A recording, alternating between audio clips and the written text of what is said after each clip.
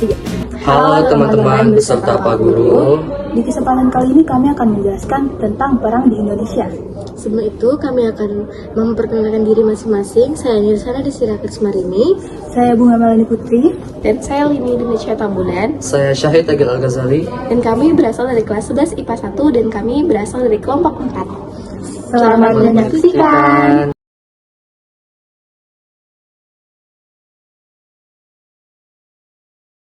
Latar belakang Perang Rakyat Jawa atau bisa disebut dengan Perang Diponegoro. Pangeran Diponegoro melihat kekuasaan raja di Kesultanan Yogyakarta semakin sempit akibat campur tangan Belanda. Pada saat itu, raja hanya menjadi simbol untuk mengesahkan kebijakan yang ingin diterapkan oleh pemerintah kolonial Belanda. Dapat dikatakan, kebijakan politik keraton sepenuhnya dikeluarkan oleh pemerintah kolonial Belanda. Pada tahun 1822, Pangeran Diponegoro diangkat menjadi wakil kerajaan, mendampingi Sultan Hamengkubuwono yang kelima, yang baru saja berusia 3 tahun. Sejak awal pengangkatan Pangeran Diponegoro sebagai wali kerajaan, Belanda khawatir dengan kekuasaan Pangeran Diponegoro di Kesultanan Yogyakarta. Oleh karena itu, Belanda mengangkat Pati Danurejo untuk menjalankan pemerintah Kesultanan Yogyakarta di bawah pengawasan Presiden Belanda. Tindakan Belanda tersebut memancing kemarahan dari Pangeran Diponegoro. Oleh karena situasi tersebut, Pangeran Diponegoro memilih meninggalkan keraton dan hidup sebagai rakyat biasa. Kemarahan Pangeran Diponegoro semakin bertambah saat Pati Danurejo memerintahkan tanah milik Pangeran Diponegoro di Tegalrejo tanpa seizinnya untuk dijadikan jalan. Pemasangan patok tersebut direncanakan oleh Pati Danurejo dan Residen Yogyakarta Anthony Hendrik Smithsert untuk menyingkirkan Pangeran Diponegoro.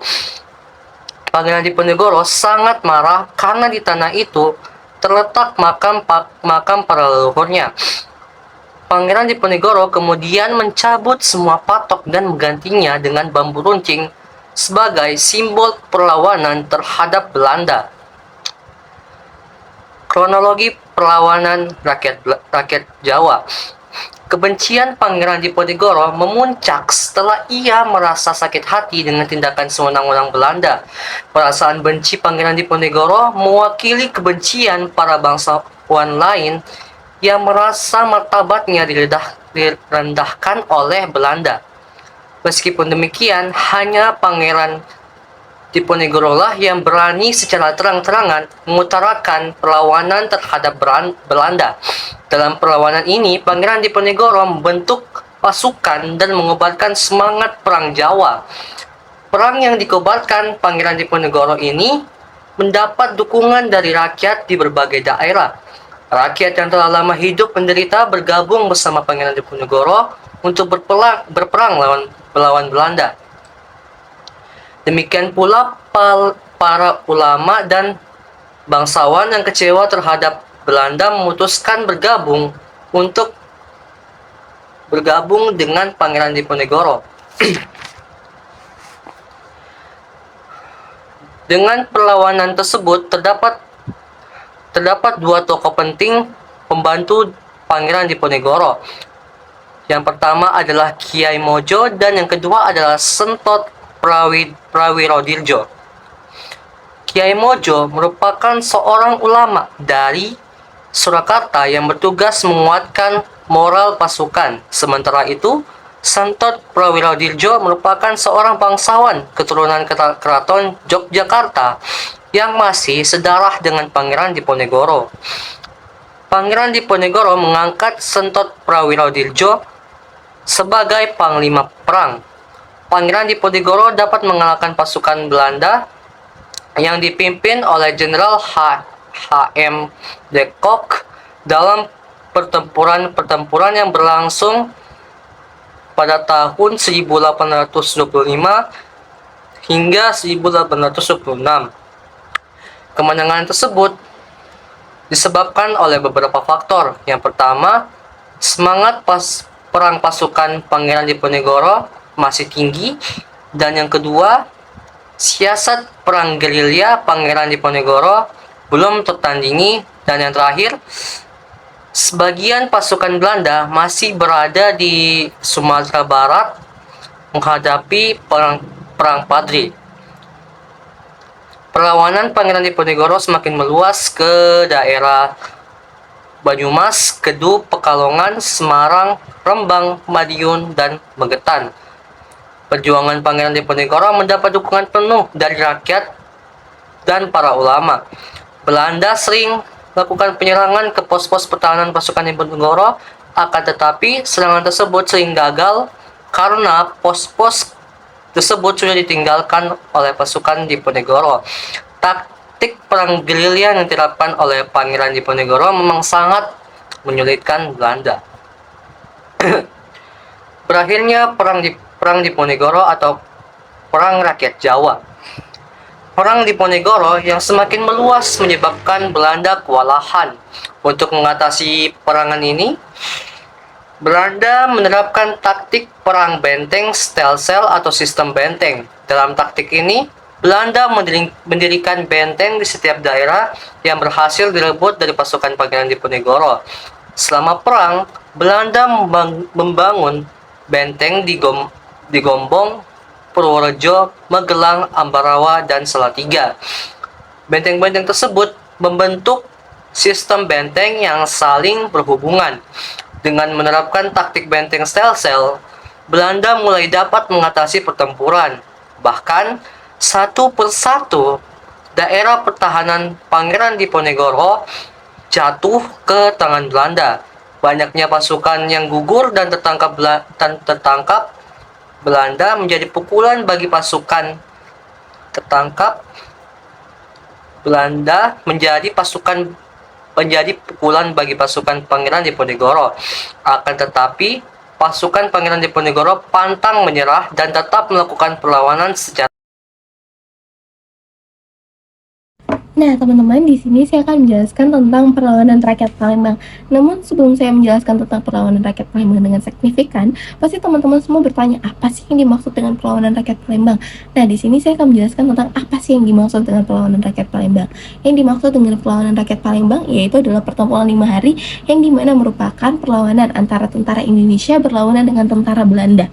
Nah, pertempuran ini berlangsung secara 5 hari, dari tanggal 1 Januari sampai tanggal 5 Januari 1947. Dan tujuannya ialah Belanda ingin sesegera mungkin Palembang dapat memusatkan kotanya agar Belanda dapat menguasainya secara utuh. Nah, pasti teman-teman juga bertanya, apa yang menyebabkan terjadinya perlawanan rakyat di Palembang? Nah, terjadinya itu adalah karena Jepang berusaha untuk dapat menguasai kilang minyak royal dan juga menerapkan embargo minyak terhadap negaranya. Nah, teman-teman, di sini saya akan menjelaskan secara signifikan tentang penjelasan tentang perlawanan rakyat Palembang. Perlawanan rakyat Palembang itu terhadap Inggris bermula ketika Richard Phillips atau utusan dari Raffles Palembang datang ke Palembang untuk dapat mengambil alih kantor dan juga benteng di Belanda atau juga di Palembang, dan juga meminta hak kuasa atas tambang timah di Pulau Bangka. Namun Sultan Barudin ini menolak mentah-mentah permintaan Raffles karena menurut dia tidak sesuai dengan permintaan atau sesuai dengan perjanjian di surat yang diberikan Raffles sebelumnya kepada dia. Karena isi surat tersebut atau surat sebelumnya yang diberikan kepada Sultan Barudin ialah dia mengatakan bahwa apabila Belanda berhasil diusir, maka Palembang akan menjadi kesultanan yang merdeka.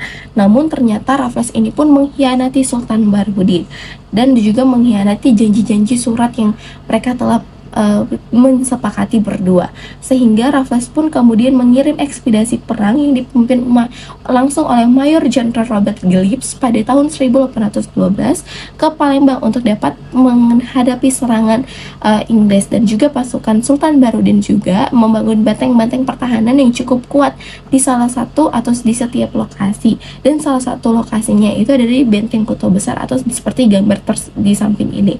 Selain itu, Sultan Barudin juga mempersiapkan rakit-rakit yang dilengkapi dengan meriam bersenjata api.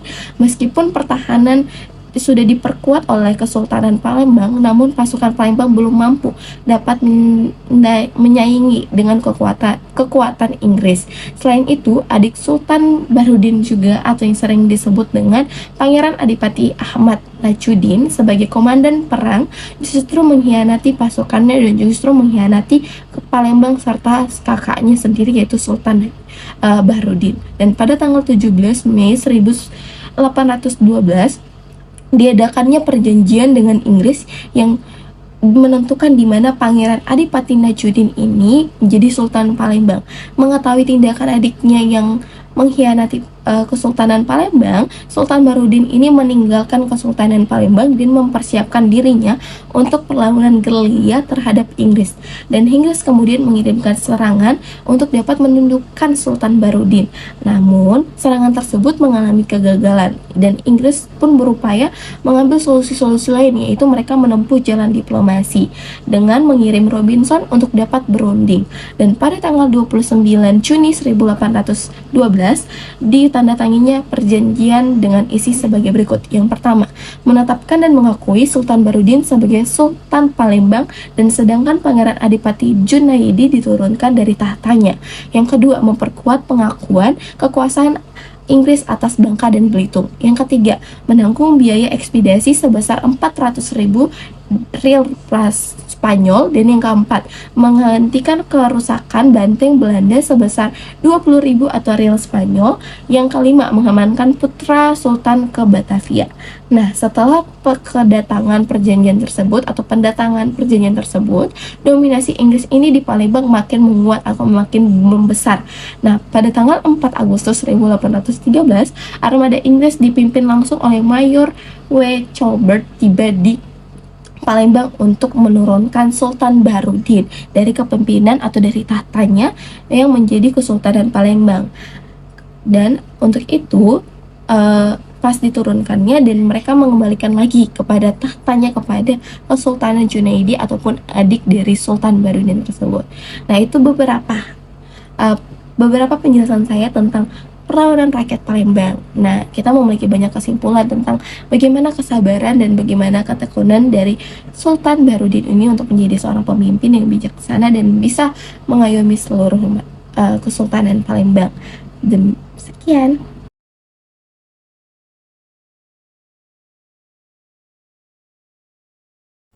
Materi ketiga yang akan dibahas kali ini adalah Perang Tondano. Pada masa pendudukan Belanda di Indonesia, rakyat Minahasa di Sulawesi Utara pernah 2 kali terlibat pertempuran besar dengan pemerintah kolonial, yang kemudian dikenal sebagai peristiwa Perang Tondano. Perang Tondano ini terbagi menjadi 2, yaitu Perang Tondano pertama yang terjadi pada abad ke-17 dan Perang Tondano kedua yang berlangsung pada tahun 1808 hingga 1809. Sebelum VOC menyentuh Sulawesi Utara, rakyat Minahasa telah melakukan hubungan dagang dengan bangsa Spanyol yang juga menyebarkan agama Kristen di wilayah tersebut. Salah satu tokoh yang diketahui berjasa dalam penyebaran agama Kristen di Minahasa adalah Franciscus Xaverius. Akan tetapi, hubungan antara Minahasa dan Spanyol menjadi terganggu ketika pada abad ke-17 VOC berhasil menanamkan pengaruhnya di Ternate. Gubernur Simon Chos yang diberi kepercayaan dari Batavia untuk membebaskan Minahasa dari Spanyol mulai mendapatkan kapalnya di Selat Lambeh. Akibat ulah ini, para pedagang Spanyol dan Makassar pun tersingkir dari tempat itu. Setelah itu, VOC memaksa rakyat Minahasa agar menjual beras hanya kepadanya.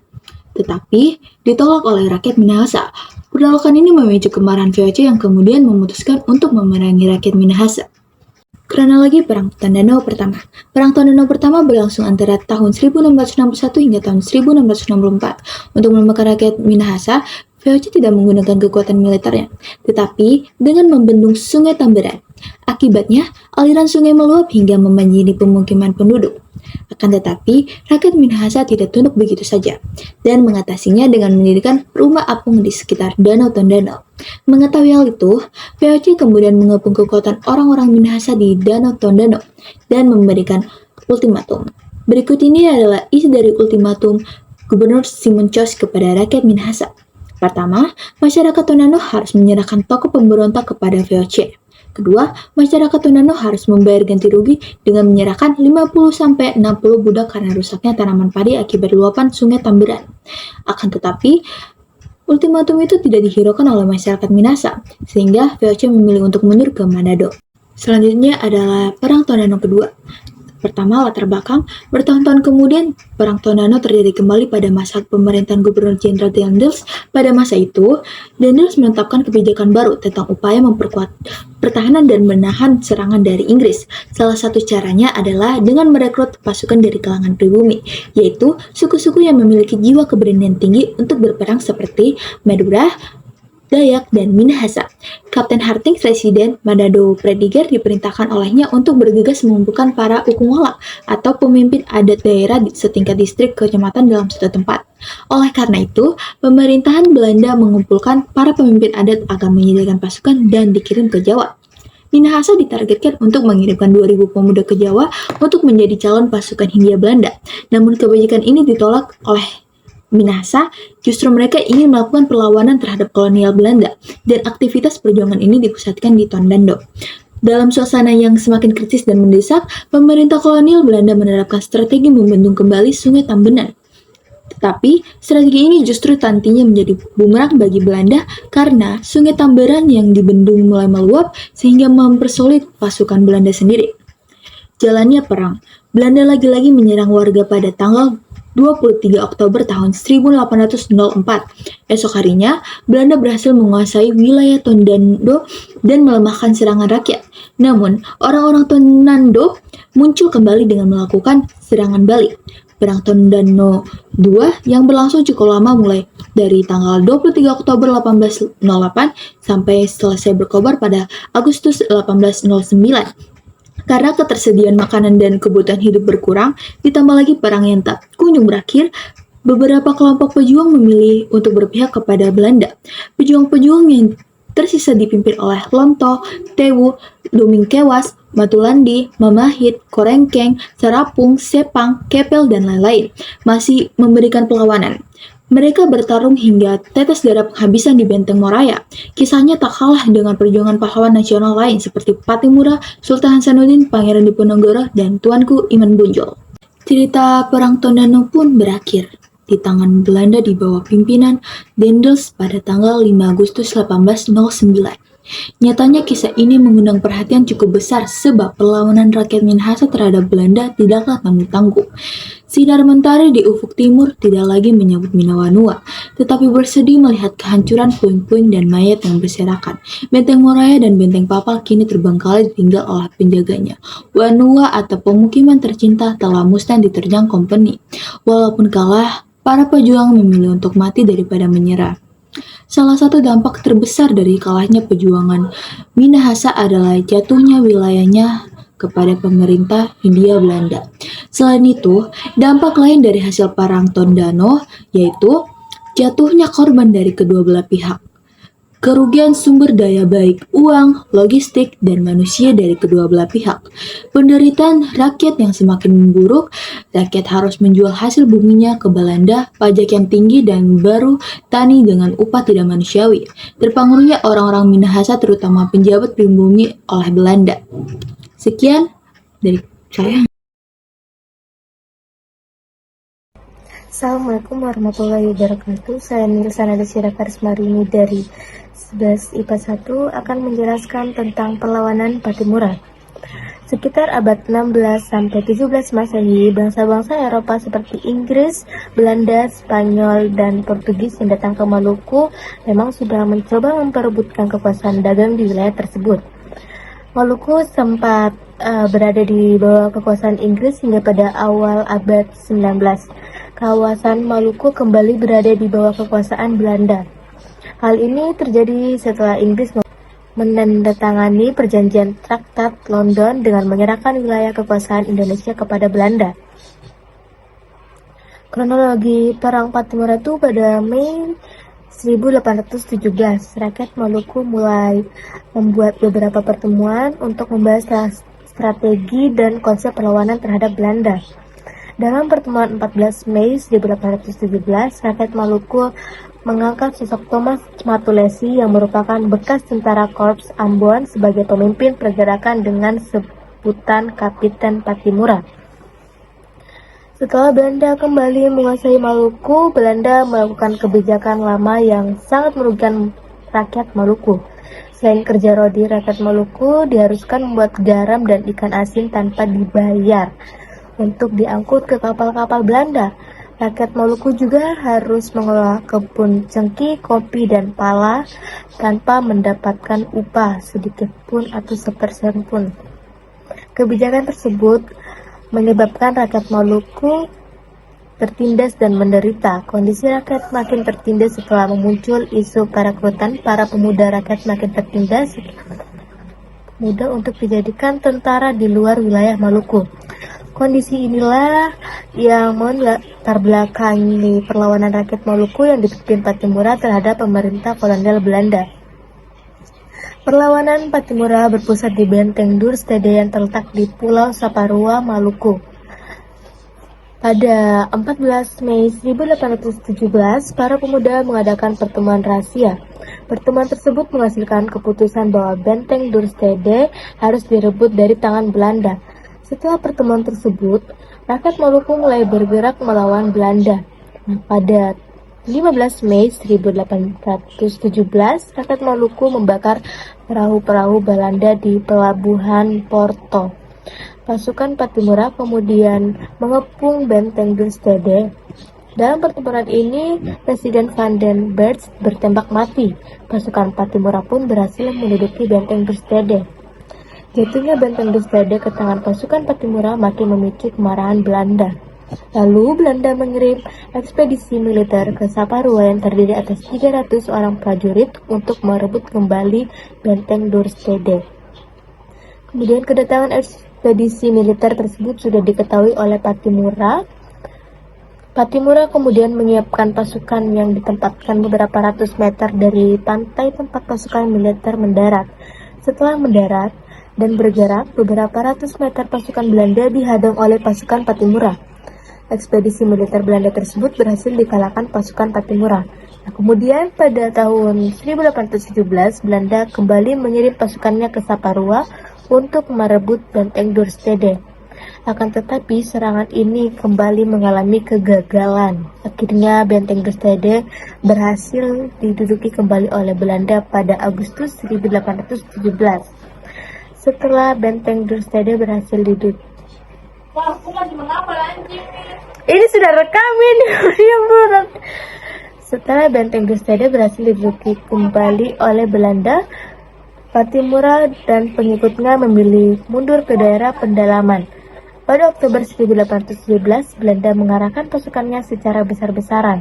Melalui serangan tersebut, Belanda berhasil menangkap Pattimura, Anthony Rebok, Thomas Patiwael, dan Raja Tiau pada. Baik, sekian presentasi dari kelompok 4. Mohon maaf jika ada kata-kata kami yang kurang berkenan di hati Pak Guru beserta teman-teman. Akhir kata kami ucapkan terima kasih.